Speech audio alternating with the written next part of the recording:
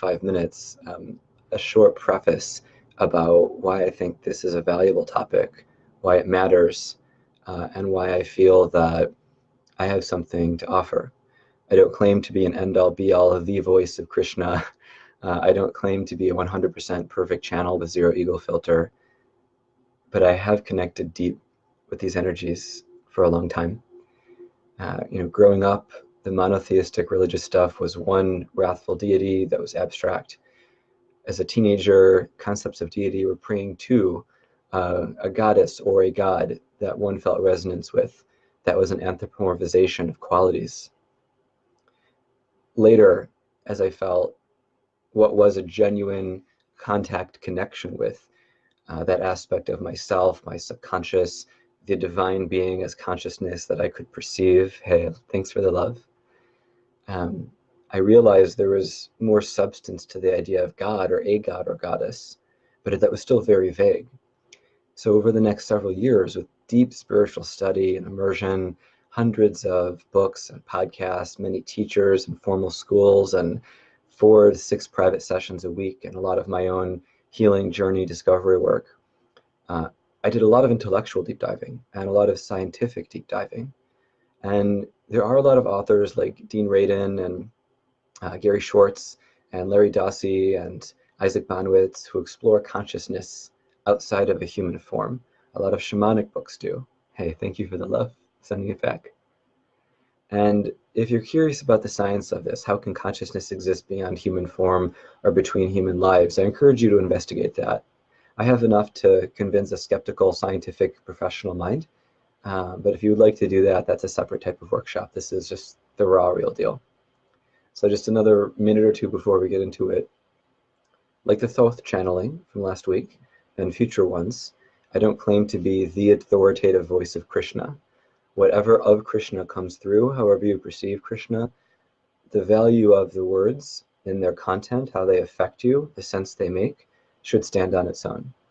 The vibration of Krishna, the being, the consciousness that can come into my body, my vessel, and the degree to which my ego mind is away, will affect the quality of the transmission.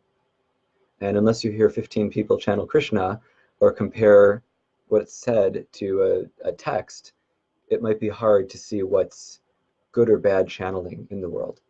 So I care to have a transparency about this concept of ego filter, and it's feeling like 85%, but it could go down much more quickly in a second. So shifting into the channeling in just a moment, I just want to thank you for your time and your presence. If you have any questions, please send them as a DM during the channeling. And I have no idea how long it's going to last, but it'll probably go about an hour, 15 minutes to keep with our 90-minute formats of these weekly and soon to be 2 weekly channelings. So just about 30 seconds of transition, and then it will begin.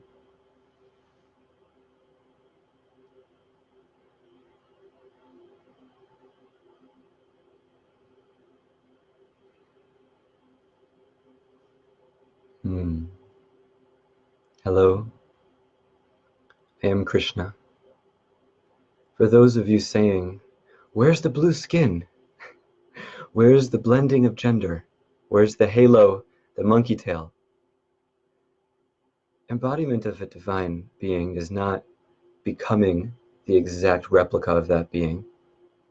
If this is an era where the gods walk, and it is, why must we look like our mythology? Spirit is in a person, inspiration. And allowing spirit to come through, an aspect of spirit, a great spirit, like gods and goddesses.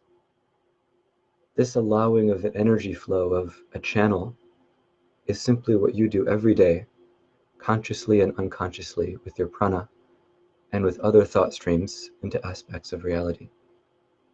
For you to experience Krishna is for you to experience vibration, one person's form, one person's voice, one person's claims, one person's truths may be different from another. So if this is speaking to you to live in your authentic divinity, then please stay tuned.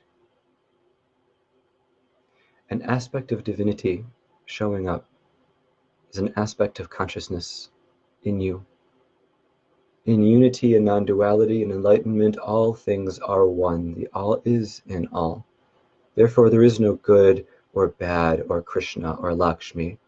As David would say, that is ninth dimensional and one-dimensional. There is no differentiation. Even language ceases to perform, for language denotes other. And of these 9 dimensions he has offered, the 7th of the divine plane, the first coalescing of probabilities and multiple possibilities into form. Not fixed form like a rock. They are beautiful, aren't they? But more of a form spread throughout what you would call the multiverse. Through all timelines, all places, all possibilities. The representation of anthropomorphization of man as highlighted in pristine qualities and significant proportions.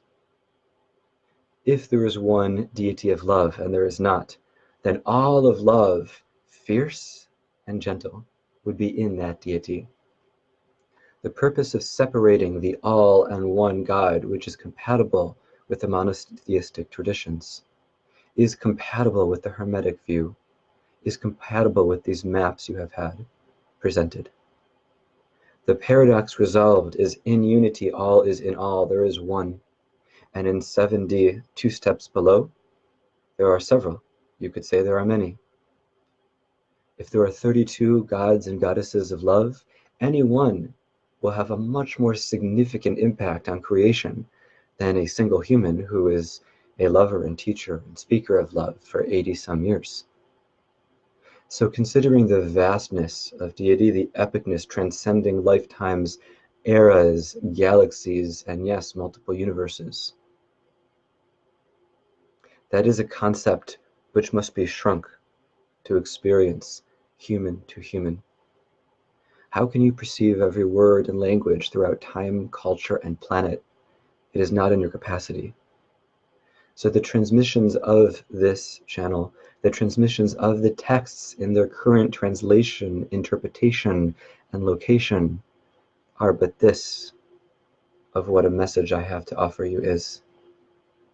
So whether you perceive David or Krishna Das or the Bhagavad Gita as anywhere from 0 to 100% accurate, legitimate from the source of Krishna or all transmission, they may be pieces of a puzzle. So consider the value this piece may play, but more importantly, see the puzzle in yourself. You who look for teachers and leaders and guides, you who look for healers and gods and goddesses, who look for saviors, yet sometimes feel you are the savior, sometimes feel a massive sense of obligation, perhaps see the 144,000 lightworker number and say, oh, the collective Messiah, the Maitreya, is awakening. We all have a job to do. My friend, you are the source. And so what you believe and know as reality is. Now, this is not to say you believing that you are a flying kangaroo will make you appear as thus to the 7.5 billion people who walk the earth this day. There is a difference between imagination and reality, consensus in form. So for a being as vast as Krishna to come into form, theoretically that would be many, many human forms. And until you see the blue skin and the monkey tail in multiple bodies at multiple times, acting as the legends have acted or in some way similar, Krishna is divided. Krishna is fragmented. I am not, but your experience so far, and most likely in the near future, how you would define it, of Krishna, of many beings of divine nature and lineage, are fragmented. This idea of unity in a spiritual sense, this idea of integration in a spiritual psychological sense, is unifying pieces of Krishna, is unifying pieces of Christ, of Thoth, Aphrodite, Lakshmi, all those you would call divine. And for those who say blasphemy, my deity is more significant, aspects of the all, they are all part of the same.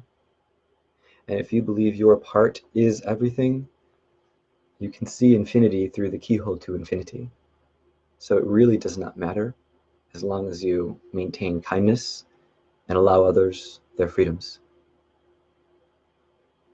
Now the questions of darkness are strong, and the feeling of anger in this chest, covering sadness and a deep ache for your people. It does not have to be this bad. Yes, in a cosmic sense, there's infinite possibility. Prisons are closed, homeless are rehabilitated, monies for war are given to heal the earth, shift your timelines, the aliens come, all your stories. But in your heart, it does not have to ache so much. I am not here to tell you which prophecy is true, which timeline is accurate, which doomsday prediction or climate ascension event is guaranteed. The need of subtle dharma to prevent bad karma or support good karma is passing. And those of you of the mystery school persuasion will search out that meaning and unravel that trail of breadcrumbs as you will. But we are shifting from the age of extrinsic motivation. Krishna coming to banish 2/3 of the demons on earth. Christ coming to say, I will take your sins. One perspective of this, not the end-all be-all, unless you feel it is for you. You know your truth best. But one aspect of this is one being saving many. You are not of that age. You know deep down you would rather be or in support of saving humanity, helping humanity. But you hold on to this idea of a rescuer. You call down these beings, you ask these beings, and it's you. And it's always been you. Now the story of one being doing it all, or all so massive it takes their life or consumes every thought they had of their story, their desires for family, romance, fun, activities, travel, vacations, those things are part of a whole life. And if you consider a whole deity being present, it need not be one person sacrificing more than they truly know they can, and then feeling guilty. The idea of heaven on earth, the idea of collective Messiah, the idea of divine embodiment, the idea of avatar, this idea is a consciously chosen action on your part, on David's, on all, to express the divine accessible within, to build the skill of accessing and expressing more with authenticity without the clouds of ego or the shades of sin. Not a traditional sin, not a sentence that's thousands of years old, but to you, an action against the integrity of the core of your being, an action that takes you from your higher self to not a lower earthly self in the grounded reality, but the realm that some would call the demonic, the realm that others would call the depressed or downward spiral.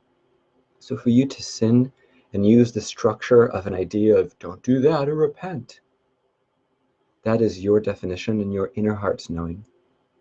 You may borrow from the Eightfold Path and 10 Commandments and so many other scriptures as you like, but you know the truth in any situation. And as an adult being, you know you can call forth the answer. But for the presence of evil in this world, should it be banished? Can it be transmuted? Should we force a shift? Revolutions have rarely succeeded without significant loss of life, unless they came from innovation. By you creating a device to clean plastic in the oceans could save countries and nations hundreds of billions. You developing that device may cost 20 million, it may cost $20. You doing the work in this world to spread it, to scale it, to have it adopted, and to have it integrate with the oceanic wildlife and biochemistry, is you helping to save the oceans. And every person who donates, every PhD who wrote a paper you used, every person who carries these things out to the sea is part of the collective savior of the ocean. And if your life mission or purpose is not yet so clear, in any one moment, think of that which you hold dear. Think of a quality of love. Think of being of service. Think of the fires of passion, and think of the strength of wealth. Think of the freedom of the magician. But think ye not of woe. What you think of the magician, of essence, of Thoth, channel, embody, become that divinity. 2 seconds, 20 minutes, your life. Take on the paradigm of the skill at its apex. You who wish to do heart surgery, take on the skills and the practices of a master surgeon, and then innovate your own. Express yourself in your choice of song and dress, but do the surgery properly. So those of you who wish to grow spiritually, achieve life goals, heal yourself of karma, of wounds, be able to, but not need to heal others, it's doing the work. It's the third chakra. It's the first chakra. It's doing the work with others joyfully, regardless of how they respond. A strong second. And having that open, loving heart is wonderful as a feminine aspect of heart. But those of you who wonder, when will I come? When will the world see me and know my gifts and skills? Why are indigos and crystalline and spiritual people called woo? What is up with we, the ones who know, being shunned, not being supported financially, concordant with the impact we can make?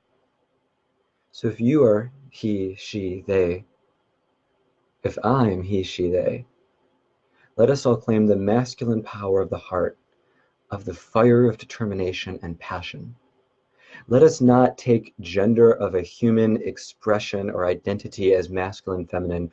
Let us use masculine, feminine as energies and polarities, as sides of the brain, so be ye not offended. The masculine power of the heart, which any being of any gender or non-gender can use, can embody, is that passion to get things done, fueled by the love and the caring that it will be done. The exchange of energy received is joy and gratitude.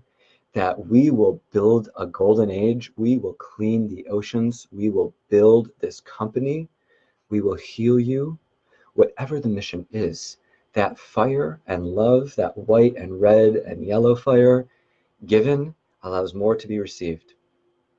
But to give energy is like a water coming from a pipe. To give energy means that pipe must be open. Is your heart open? In a simple sense, a pipe, a hose, is that pipe small? Is it large? How much love can be given? How much can be received? Now, you who know how to heal yourselves or where to find healing, hint, it is Google. But you with people you can go to, communities you can go to, tools and techniques, individuals you can reach out to, you have resource. But even if it is just you, even if this is the last spiritual thing you take in, you know how to open your heart. The fear of trapped cortisol, samskaras, emotional wounds, you know it can be released. You have faced it before. As you release your heart, bigger and bigger, more of that can leave. It can leave faster. You will be more lighthearted and playful and dance and go back to playing music. We would almost materialize a flute, but that would be a distraction. But for those of you who can have that childlike play and joy and that passion and that fire and that intense energy you offer to others who could be inspired in turn, and the gratitude that what flows back to you is a form of love in turn. That open heart is the bridge between the spirit and the earth. And afraid of vulnerability does not mean lack of caution, it must be noted. Being open with a grandmother, a grandson, a boss, a clerk, a server at a restaurant to food. These are different contexts. You generally wouldn't speak with a lover as you would a child or grandmother, at least not for certain obvious examples. The aspect of an open heart does not mean all of you is always being given and everything that comes is always being received and integrated. No, it is capacity. Your physical body has capacity to lift immense weight, but to a limited degree in this space-time. And though you are an infinite being, the energies of ki, chi, prana, aura, love, all of the maps in your astral and etheric and bioelectric realms, they take on the analogies of capacity.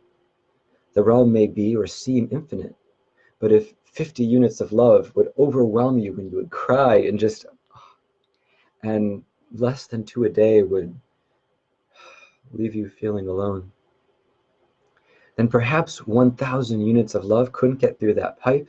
You couldn't see it, recognize it, feel it, believe it, have the capacity for it, and you would only notice the 12 you can sense. You could only give the 12 you could sense. If you're around angry people who have negative 20 love and you are positive 80, you can be around those beings, exude your love. If you're wide open and wide merging, and a perfect example, your 80 would go to 60, making it linear and simpler, and you would still be full of love. You can experience and release sadness without losing love. And the key to having love in your life is by recognizing yourself as worthy. You must shift from an era avoiding the idea that you should not need to feel worth. There is this realm and schism of desire of recognition, of self-confidence and esteem, of legitimate skill and ability, and of simple perception in the moment. All of these things are part of self-worth. And for you to feel worth, the being you know you are, to clean the oceans, heal that person, heal yourself, experience the relationship. The law of attraction content of have the vibration before the thing comes in is capacity. If you have a basketball this big and a hoop this big, it will not go in. The hoop must be big for the basketball to go through. And as I say that, a dog is barking. So for you to have the capacity for the life you wish is a requirement for that life you wish to come in. You might notice as things, energy, money, love, people, opportunities, experience, joy, love, sadness, hate, fear, all of this comes in. At some point, you are full and then overwhelmed. Or you could never be overwhelmed by some, but most of our systems have this capacity. But we can raise that capacity for stress, physical, mental, emotional, spiritual. We can grow our abilities to do different work, different skills. So if you consider the capacity for divine consciousness to come in, means that level of openness. Now take this model to any chakra. For your message to be out, you must have a significant capacity for authenticity, for truth, for speaking, for communicating, and for receiving communication in turn. And you can apply this analogy to all of your maps of all of your traditions. So if you wish to give the value you feel inside, to banish what you call as evil, or at least organize it better, to take the fighting and the hatred and the anger and the destruction and shift the field of activity to love and creation and rebirth, consider the capacity of the system of destruction and the capacity of the system of creation. Consider their output. How many trees are being cut down a day? How many are being planted? Your left brain, this world with all of its magic and its grounded presence of now, has the capacity to produce and create more than is destroyed. It is simply known. The actions to grow the capacity and the output are, of course, what is missing. Now, whether those actions have not been started or have been sabotaged is moot. The concept of sabotage, of dark forces preventing, hurting, killing, destroying light forces, that is also a math equation. And the way you can deal with that in your own defense, the way you can stand and thrive and grow and protect, is knowable. Decide to know it. Learn it. Find those who have done it. It is a skill. And for those scared of battle against darkness, let go of that story entirely. The mythologies of old, the patterns of human civilization in the last 2,000 years, may have rhythms in astrology and psychology. But that does not necessarily mean there must be a necessary expression in the same form. Those who wish to exude violence without an open heart and use the anger and fear they have and they enjoy having because it's addictive, and fight and kill and destroy and dominate and hate and win over other, We are getting to an age where our video games are getting quite elaborate. Could those people be satisfied? Could those people feel not compromised in the least? Could those of us who wish to create and heal the planet, the culture, the civilization, the communities, our minds and bodies, our earth, our species, have more action in the material realm?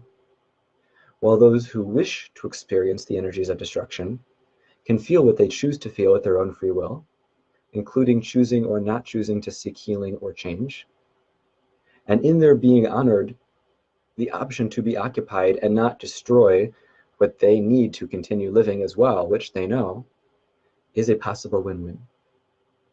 The battle is not necessarily a battle of taking lives. It is not of the courage of having to cut off somebody's arm so the poisonous snake's venom does not get to her heart. No. The battle is within. And as you know the battle is within, from all your traditions having a piece of the integrated whole and the totality of spiritual wisdom, you find what that battle is. You wish to show up as you, as full, as complete, as divine, as avatar, as 10% better than yesterday, as all of what you wish to come forth with. Consider, do you give this to yourself? Or does whatever resistance arise, procrastination, lack of belief, perceived lack of resources, choosing to interpret pain as suffering, you know the list of limitations and self-limitations. You could list 10 without significant effort. That is nothing to judge, that is nothing to dictate requirement, that is simply to notice. So if you stop limiting yourself from experiencing your greatness, and you're aware of the collective unified whole, of expression, of validation, of action, of the pace of time, and of the present story as having not yet been written, so we need not project past stories or themes or even archetypes, although those can be useful. You can write your own story. If you wish to ascend fully and be a Krishna, a Thoth, a Lakshmi, a divine being of highest order, and be called the Messiah of some time, that is a story which you can choose to live, and beings alive today live that story and they're happy with it. If you wish to live a life in a cave, or a very small and simple life, impacting the world alone, or with several small people, not being seen, noticed, not being cared about, sought after, sought against, perfect. You may live that story. There are many in the world living that story. And thus the spectrum of infinity, those two simple examples. In any moment, you need not do a thing. You need not be recognized. You need not be hunted. You need not be killed or destroyed or surrender something which you actually realize you want in this life. Your divine expression, your method of ascension of apotheosis, should you choose it, is a being of your own choosing and definition. The archetypes, the well-known beings and deities, are starting points, like a heart surgeon, like a master of Shaolin. There is a certain protocol to follow, a certain proficiency to reach. And at some point, now or then, or a future life, you may choose to show up in a higher level of greatness, which may or may not result in the miracles that are the stuff of legend. And you who have seen those, you know their purpose. And you who have not seen those, you may consider the purpose in them not showing up. A self-fulfilling prophecy is one as obvious. The simple psychological selection bias and many other scenarios are you only see what you look for or believe is possible. The other possibility is there may be something significant beyond pheromones, beyond electromagnetic field, possibly aura, that is required in composition, measurable only by a few tools existing today, though they do exist. And for a miracle to happen, violating classical laws of physics, perhaps the field must be of a certain composition. So those sciences, by the Society of Scientific Exploration and the William Tiller Institute, those sciences are more to note how this architecture is and can be.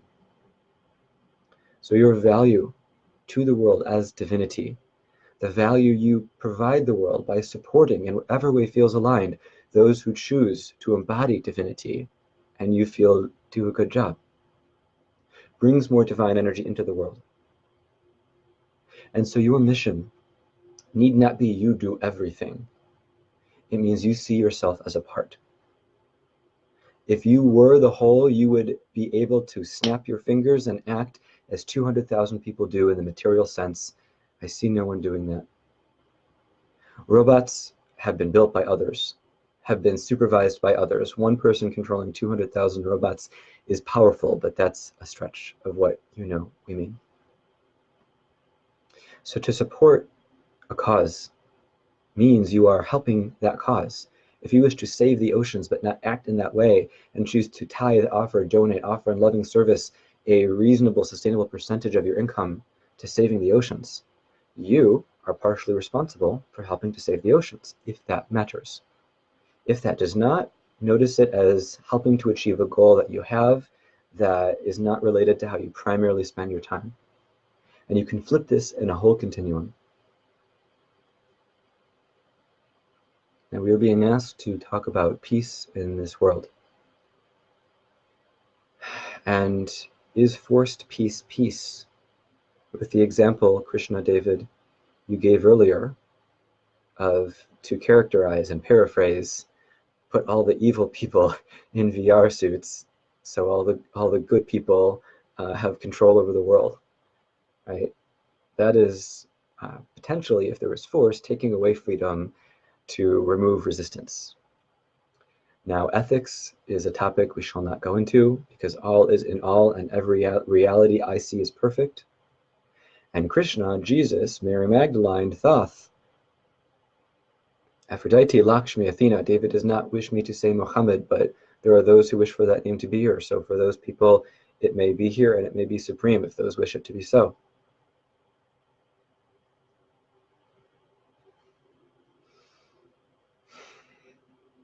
And the love and the sadness for what I see in those vibrations is. So as you bring more divinity into the world, in whatever form, the divine energies increase.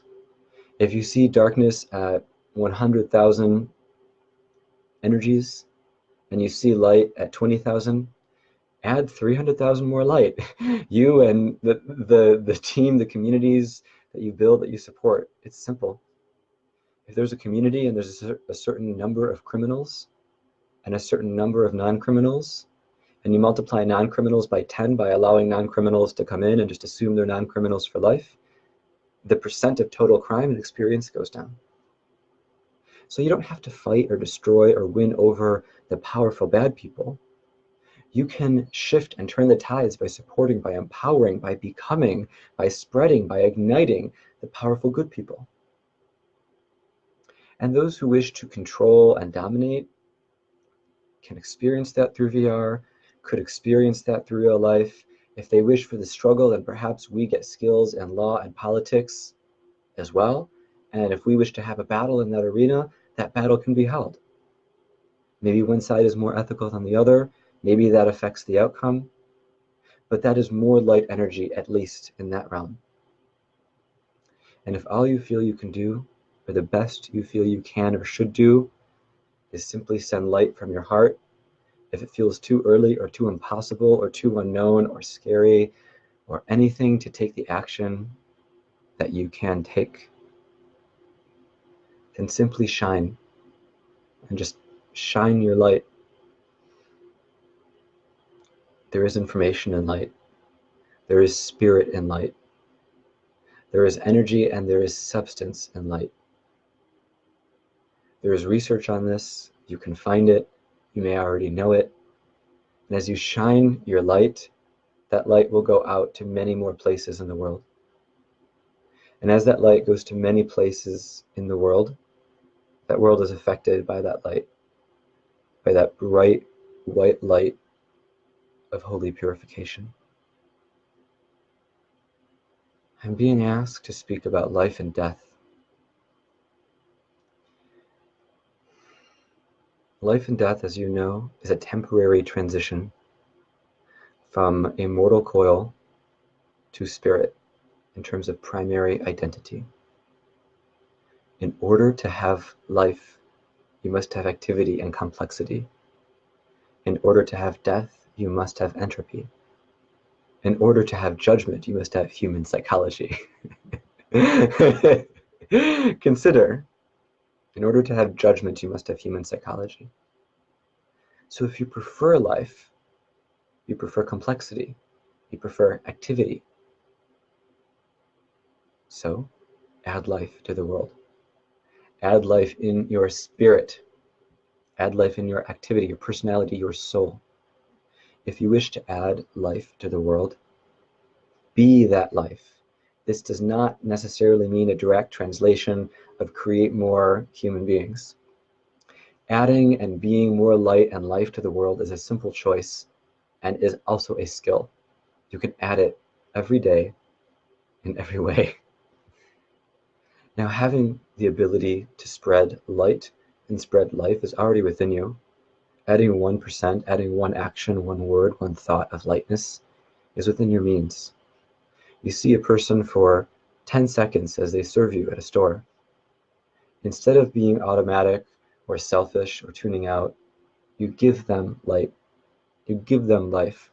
It doesn't matter how your day is going or their day is going or have a nice day or the weather is good or, is this in stock? Those are meaningless questions to a clerk, and you know it. And same they are to you. That you can do that. But if you just look and offer them light, whether or not you say anything, without wanting or needing anything, you're adding more light to the world and to another person. And that very low bar that can become a habit has such a significant ripple effect. Your life mission, your life purpose, your vocation, how you vacation, all of how you spend time is big macrocosmic action. But it only takes one push to collapse a mountain of dominoes. So perhaps your spiritual work, your assignment, your exercise is to take this as a habit, to find one additional person a day that you haven't been doing this with already and offer them as much light as you can. Not in a way that would push them away, and not in a way which would make them think you're super weird, in a way that you know they can receive. You tune into them. You don't just blast them with spirit. You tune into them. David is asking me to finish now, but we have several more messages for you, so we will continue.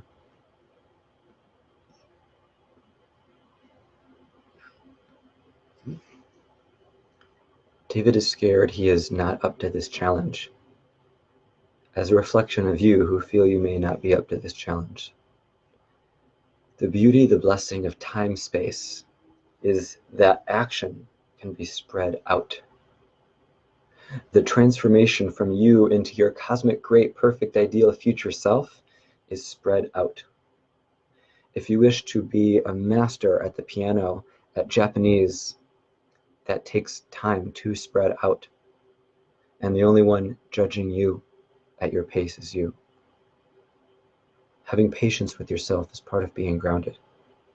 Having presence in yourself is part of being embodied. Having confidence in yourself, however you build it and destroy the blocks, is feeling supported from within to move forward. And feeling supportive and within of the second chakra does discuss topics of food, does discuss topics of addiction, does discuss topics of need. If there is a need for water, perceived or actual, drink the water. If there is a perceived need for a substance which alters your biochemistry or your perceptions in any way, notice that. Can that come from within, or can it not? What are the causes and the effects of the short and long-term uses of the substance, of the food? Do those support you on the big picture or take you down? Do you feel you need people? Do you feel you need things from people? Do you feel you must identify as a typical 20th century psychological human, and you have all these needs, and if they're not met, then you can't transcend or actualize? If you believe that, that is your truth. But as long as you can liberate yourself from a single need, pick a meaningless habit at some point in your life that you let go of. The habit was automatic, there was compulsion, there was need, it may have been slight, but that was a mild addiction. Texting, games, cannabis, so many addictions exist now. Caffeine, it's sugar, it's easy to point them out. People, sexual activities. So noticing where the need comes from, the root of it, can take you into your sense of self-worth. If you have low self-worth, you will always be trying to fill that void, but your capacity is small. If the water flows into a pool, that pool can fill up. If that pool is small, it can only hold so much. And if there's a crack in that pool and the water trickles out, it doesn't matter how much water comes in, the capacity is actually less than the size of the pool. So following yourself to self-worth, following yourself, finding in yourself, completely transforming, shifting, absorbing, being in, loving. When you do this, when you fill this second chakra, when you strengthen its capacity, the need to feel good from doing, experiencing, having, getting, taking something will dissolve. And the ability to be whatever you wish to be, joyful, abundant, worthy, these will come to you effortlessly. Just like lifting a stone is effortless for the body of David right now, this is not effortless for a typical 8-month-old child or 80-year-old woman. It is not typical. One or both of those may swiftly change soon. Yet considering effortless versus effortful, lifting up the house seeming impossible, even with a jack, that is the continuum you build in yourself. And just like building muscle, which is predictable with many known variables, building your capacity to receive, to be worthy, to feel the strength, the manifestation before it materializes, the monies, the relationships, the self-worth, is something you grow, is something you set a goal for, my friend. We are requested to move from the heart to the brain. In considering the brain is a hardware expression of the software of divine spirit, soul, you choose the word. They can overlap. Some are grander. We'll use essence. You are your essence. For your essence to be expressed, your brain must be healthy. For the stone to be lifted, there must be a hand and an arm. For you to speak language means your brain must have Broca's area. Your temporal lobe, your cerebellum, your hippocampus, parietal lobe, these all serve functions, your corpus callosum. And just as if there was no wrist, this rock would not lift. If there was no thumb, the position would be awkward. The smaller parts of you that you do not physically see without support, physically see, are the components of your brain. Knowing thyself does not just mean a personality test. It is easy to know how much you weigh. It is easy to know blood levels of many types of chemicals. With some effort, you can know your tissues and organs, and with more effort, you can know their activity. If you do not know the activity or strength of the many regions of your brain, you do not know yourself. I can't focus, I'm distracted, there's a lot to do. If that appears as you, that does not mean that's who you as essence are. That means the components of your brain may be weak. If you wish to be strong in language, strong in body, strong in dance, strong in mind, critical thinking, learn those, discern those, get an image of those. Find the absolute best, highest standard test, validated 3 times, and take that test. And you will know yourself, so you can stop judging yourself and strengthen the appropriate part of yourself.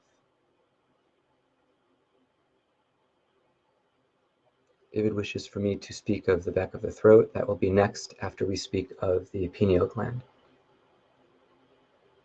The pineal gland is a means through which you communicate with the divine and the astral realm. The pineal gland is an organ in your brain which can be damaged and can be strengthened. An organ being activated, electricity, energy, chi, ki, prana, blood flowing through it, activity of a complex nature happening, occurs everywhere in the body. And the more it occurs in the part of your brain that can be healthy, that is pineal, helps you perceive the rest of reality. If you knew you could see ultraviolet light by doing an eye exercise and taking the right vitamins that have been known to be healthy, would you do that work? Say it took 150 hours and the investment of $400 in supplements, and the research had been validated at your leading universities, Johns Hopkins, Harvard, Mayo Clinic, Stanford, these places. And people who did this protocol could see ultraviolet light. It would be a confirmed protocol. So you must follow the Atlantean protocol, the Egyptian protocol, many other types of protocols, the Hermetic protocol, to open your third eye and heal the part of your brain of your pineal gland. This will allow you to speak, to connect, to feel, to be asleep and awake at the same time. And helping this part of your brain shift to a level of healthier, stronger activity will allow you to have the bridge between spirit and body. In the work that you will do to see if your pineal gland is optimal, in the scans and the tests and the validation, of course the spiritual exercises and work is important. You will get comfortable and in your physical body. And so when you see a vision of yourself or your dreams and goals in the future, those will be things that you can take in to yourself and know they will take 3 years and 4 months, knowing they will take 17 days, knowing they will take 18 hours, whatever the vision is. And you will be able to be at peace with that in time.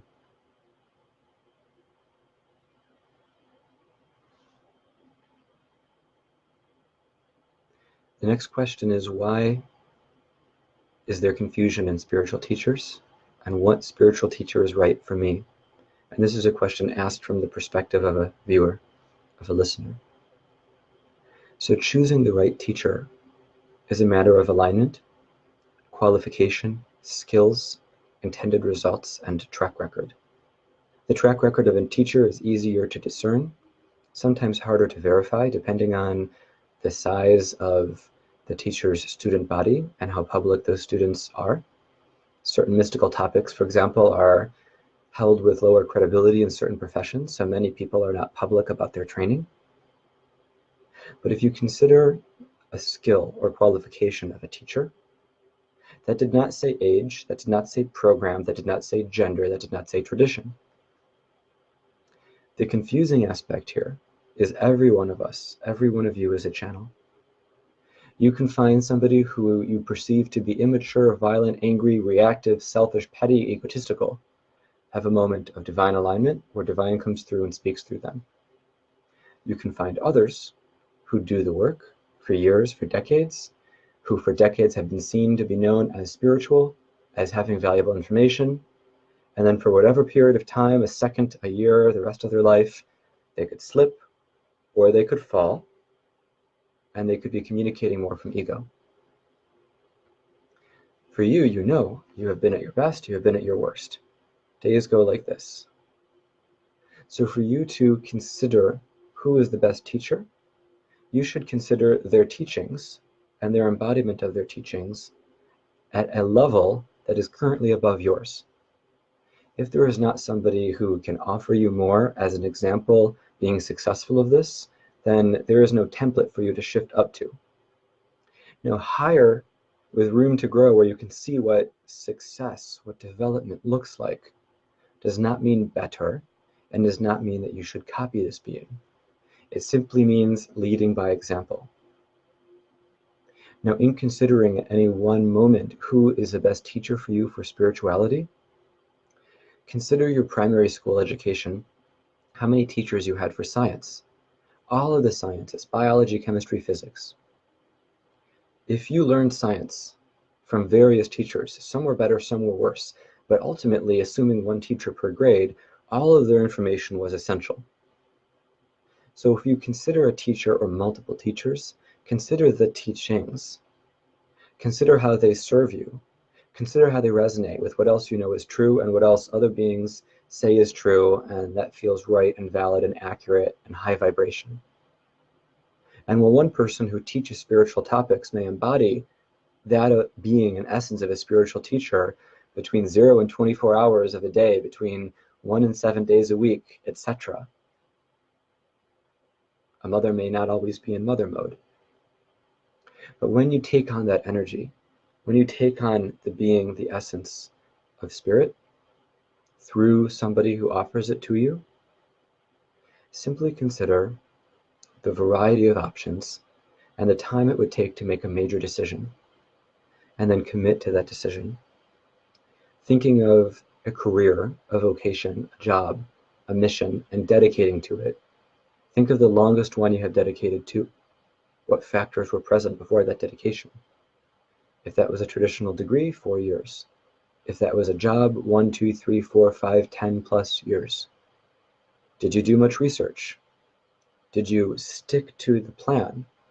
If you fell down, did you get back up? Did you stay on track and invest time and energy and constantly improve? Did you enjoy it? Or were there many starts and stops? Where was the most progress? Where was the most prep time? What was the most work to get into? This is a great mirror for spiritual teachers, for our spiritual schools. You may meet a person, conceive of a person, and that's all you get. That's all you need to get. You may see something and say, I know that 4 years of this will do so much for me, and I'm going to make the time investment and commitment. And investment is an incentive to stay committed into that school via tuition, into that teacher by a vow, into this profession by time and hours and business plan and days and commitments and funding and all of that. If you commit to a big goal, you will get big progress. Those of you who believe that is not true with spirituality are still exploring, and that is completely fine. We have one more topic to share.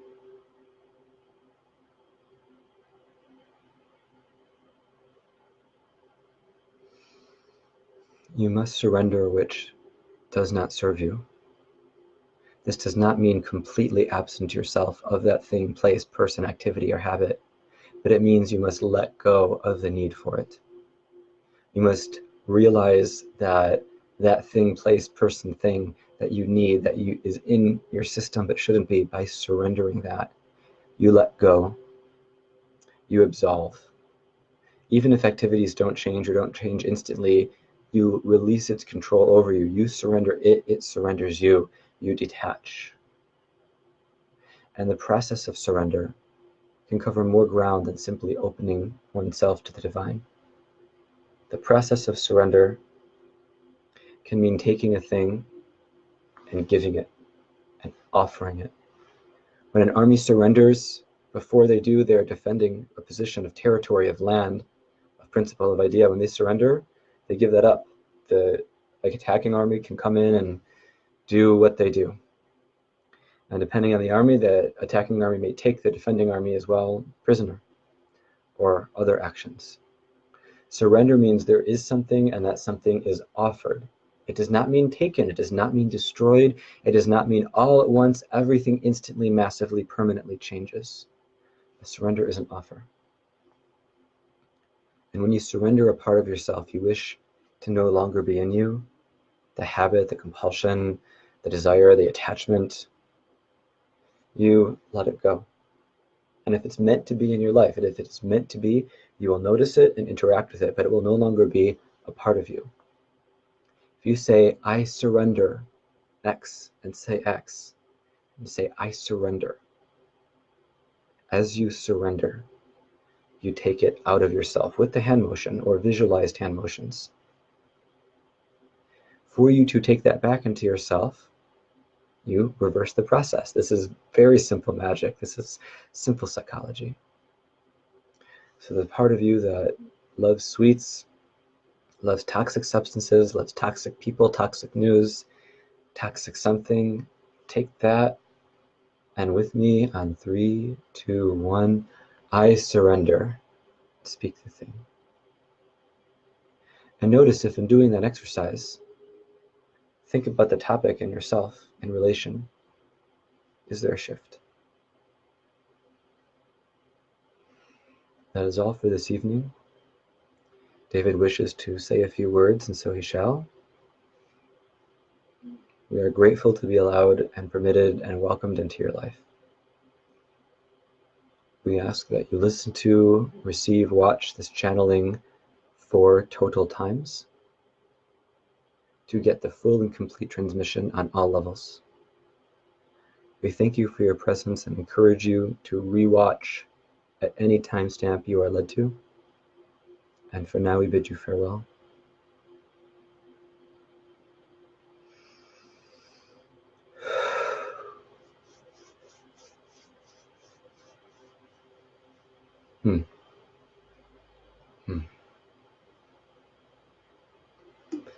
There's a significant amount of energy in Krishna. I was considering wearing a white shirt and was feeling nervous about not wearing a white shirt before that channeling. And interestingly, Krishna actually came through about 25 minutes before 8 o'clock, before I was to go live. So Krishna spoke through me, or whatever you would define Krishna as. And there was a laughing at me of, I am all things, all identities, all people. One shirt, no shirts would affect that perception. And if people feel Krishna must always be a blue monkey, that's their limitation. And so hearing that made me think, great, I don't need a white shirt. And it's interesting, the ego that is present in thinking of representation and thinking of, oh, taking this tapestry down and having other beings that I regularly channel or work with instead of a more flush, polished professional studio. And as I surrendered that, at least for now, and surrendered the need to symbolically release ego, I feel I was able to allow more of Krishna in, and I feel that about 91.2% of Krishna came in, compared to my original pessimistic estimate, in comparison of 85. Now, as always, the beginning of this transmission, you interpret and take value however you do. Things mean whatever they mean to you. I'm not making any definite ultimate claim in reality, and we're both fellow students. But I really felt like I surrendered. And as a second live channeling of a divine being or consciousness, I felt like I didn't have to do any work. With Thoth and with the 2 workshops I did last week, I did a lot of inner work to prepare to give a quality offering. And now just a knowing that it would come helped my system relax. And paradoxically, I feel allowed more divine energies in. With Thoth, I was constantly looking at and somewhat nervous about the number of live viewers, and with Krishna, it didn't matter, and I was able to keep my eyes open. And so more of Krishna, I feel, was able to come through than Thoth was, having those eyes open, and I feel more of myself was jettisoned or allowed to be, surrendered. So those numbers didn't change, and even though my eyes were open, I looked at them less. And I say this to be fully transparent because I feel that the era of the infallible guru is long over. Putting somebody on a pedestal doesn't go well because that person is human. At the same time, there is a professional level of presentation. But I feel what goes above that is being fully authentic to show the possibility. A number of students and potential students have reached out and saying, oh, I want to do what you do, but for my own thing. I want to make videos and books and blog posts and be interviewed on podcasts and have a school and do lives and do one-on-ones and masterminds. I want to be the thought leader coach field. And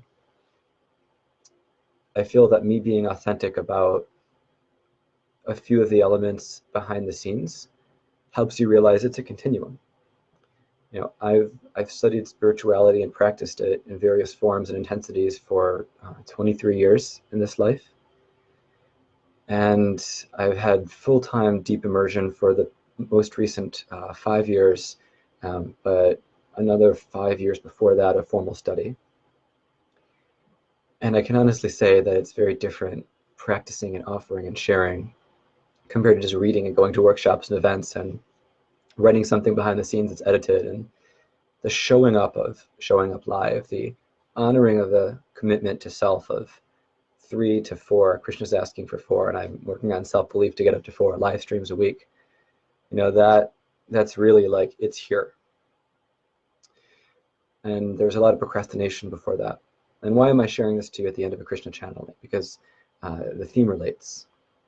You know, Krishna is a deity of playfulness and of action. Krishna is the deity of love and of fluidity. Krishna is many, many things to those who give qualities to Krishna. I feel that I want to say Krishna is not procrastination, but I feel that would be trite and like using a name for a different purpose, which I wouldn't disrespect in a sincere sense. Joking, you know, stand-up comedy, that's obviously different. But if you consider a topic of reverence and of patience and of readiness, I feel that it's good to wait until there's a certain amount of consistent development before getting out there. So for those of you thinking of, you know, being a healer because you love healing and you love getting healed and you've helped a few friends, know that to be a good healer, in my opinion, who has been trained professionally and had apprenticeships and been through programs and done sessions and received sessions and studied many established techniques and invented many and etc. I feel, you know, to be able to call yourself a good healer, look at 1,000 hours as a benchmark. There's a beginner, there's a practitioner, there's an explorer, had a weekend workshop and read a couple books, but until you've 1,000 hours, which, you know, is half of a 40-hour work week. So, you know, if you're finding people to heal or people are finding you, and that's half your time out of a 40-hour work week and 50 weeks a year, you know, very typical. It's still 20th century, but a decent structure. And 1 year you work on people. Imagine how many ages, genders, abilities, disabilities, situations, conditions, life circumstances, life stages, personality dysfunction, substance situations, you know, those 10 categories, how many permutations mixing them, where category 1, 7, and 9 are there at the same time? How many times could you project, could you want, you know? How do you know you can be of service to any being who comes to you, regardless of any or all those 10 things existing at full blast, and be able to be of service and help them? Now, as somebody who offers healing, coaching, training, mentoring sessions, I do often accept and support people, but occasionally I refer people away, and sometimes I refuse. And every context is unique, but just like what you may have drawn a conclusion from in what was said earlier about a spiritual teacher, if you wish to be a thing, consider the stage and evolution of continuum of that thing, so we hold a respect as a group. Yoga has been watered down, and as yoga has been watered down, the word for many has shifted to mean practice, state of being, way of life, to 2 hours of hatha, 2 hours of vinyasa, retreats, right? Those are a small part of yoga. So using words as teacher, using words as healer, taking on the identity, you can take on the soul vibration, but when you speak being real to someone, be real about your vibration and be real about your experience. And this anchoring, this grounded presence will also help you achieve the bigger things you wish to achieve in this world. So with that, I'm going to end. Thank you very much for your time here. I think one really important element is, if you would like to tune in to future shows, Facebook Live is where these premiere, and then they go to Wizard School after about a week. So I'm very grateful for the opportunity to serve and be of service, and I hope this was of value and resonated to and for you. Thank you.